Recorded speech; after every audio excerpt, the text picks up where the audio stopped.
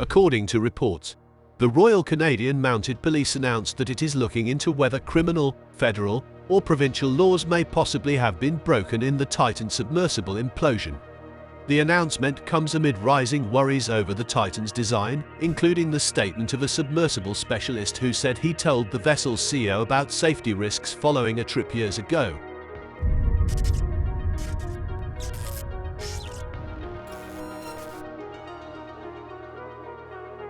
When Karl Stanley was aboard the Titan for an underseas excursion off the coast of the Bahamas in April 2019, he felt there was something wrong with the vessel when loud noises were heard.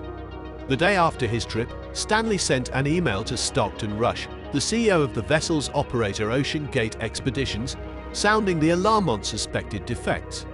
What we heard, in my opinion, sounded like a flaw, defect in one area being acted on by the tremendous pressures and being crushed, damaged, Stanley said in the email, a copy of which has been acquired by CNN.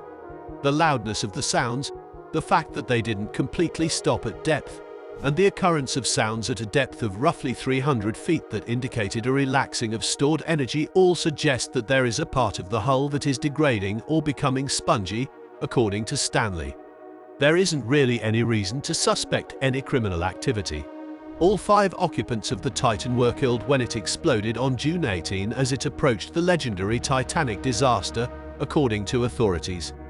U.S. Coast Guard Rear Admiral John Morga said that debris discovered by military scientists was consistent with the loss of the pressure chamber on the small vessel. Rush was among those killed, and along with British citizen Shahzada Dawood and his Pakistani-born son Sulman. Also killed were French diver Paul Henry Nargiolet, British businessman Hamish Harding, and British citizen diver Paul Henry Harding. The US Coast Guard and the Canadian Transportation Safety Board are both currently investigating into the implosion.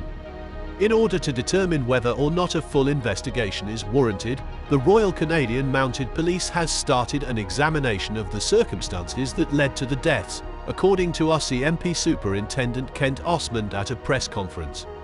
According to Osmond, such an investigation will only move forward if our review of the circumstances suggests criminal federal or provincial laws may have possibly been broken.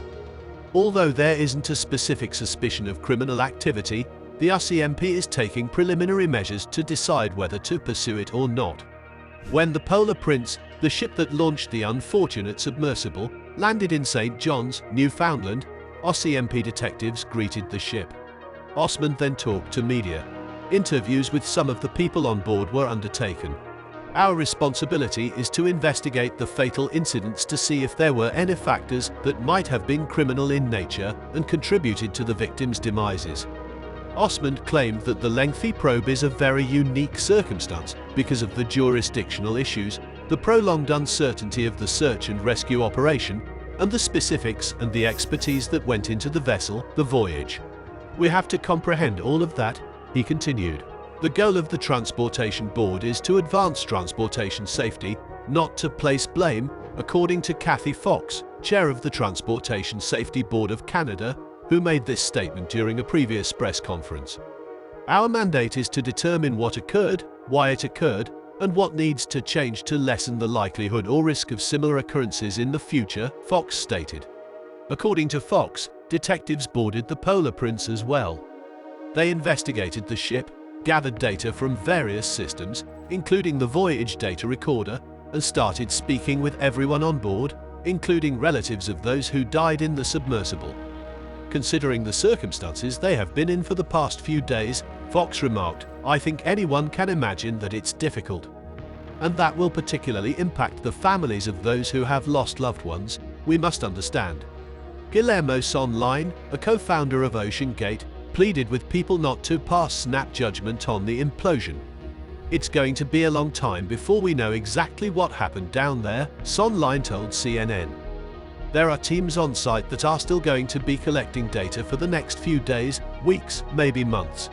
Therefore, until we have additional information to work with, I would advise against making any speculation. Stanley emailed Rush in 2019 to inquire if Rush would be open to allowing visitors to see the Titanic without their being aware of the cause of the clatters. For travelers interested in seeing the well-known debris, OceanGate provided rides on Titan. In Stanley's words, an interesting thought experiment here would be to imagine the removal of the variables of the investors, the eager mission scientists, your team hungry for success, and the press releases already announcing this summer's dive schedule. Would you consider transporting scores of additional people to the Titanic before you properly understood the cause of those sounds? Stanley questioned Rush in the email. Imagine this project was self-funded and on your own timeline. OceanGate's spokesman informed CNN that they were unable to offer any additional information at this time in response to a question concerning Stanley's email.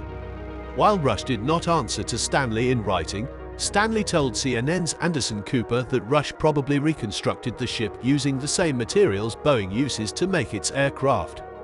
The diving for that year was cancelled, Stanley recalled. He took that carbon fiber and cut it up, found the defects, and made a new one at a cost, I believe, of well over $1 million. Despite being listed as a partner in an OceanGate news release from 2021 that stated the aerospace giant offered design and engineering support, Boeing claimed in a statement on Wednesday that it was not involved in the Titan's construction. Concerning its partnership with Boeing, OceanGate informed CNN that it was unable to offer any additional information. CNN has contacted OceanGate for more information regarding the company's dives in 2019. Stanley responded that he thought Rush took action to fix the issue after receiving the email when asked if he was certain the submersible could make it to the famous shipwreck. My sense was that he had done enough due diligence to ensure that lives were not in danger. However, he never went into detail with me about exactly how many model tests he had performed or where they had failed, he continued. Not only Stanley, but other submersible specialists voiced their worries. According to emails obtained by CNN, a dive master who has conducted numerous expeditions to the Titanic warned Rush about the safety of the Titan submarine and told the CEO he was putting himself and his clients in risk. This warning came in 2018 while Rush was leading an expedition to the ship. The emails were sent to CNN by dive master and pilot Rob McCallum, who has conducted a variety of missions for various clients. The Titan's implosion is currently being investigated to determine its exact cause and timing. According to Morga, the case is incredibly complex, therefore pinpointing a precise timeline of events would take some time. The Coast Guard will soon have additional details about what went wrong and its evaluation of the emergency response, he said. Morga declared, "The environment out there is an incredibly challenging and deadly place to work." A father and his son who were thinking about taking the Titan trip revealed that they opted against it because of safety concerns after the sad loss of the ship. Sean and Jay Bloom expressed their concerns to CNN's Erin Burnett regarding the submersible's capacity to go that far into the water. Having said that, what are your thoughts on this? Is it a tragic accident or a possibility of a planned murder? Share your thoughts in the comment box below. Please subscribe to Weather Collapse if you want to know more and be updated on the latest news about natural calamities or disasters happening all over the world. And don't forget to like today's video. We'll see you in the next video. Thanks for watching.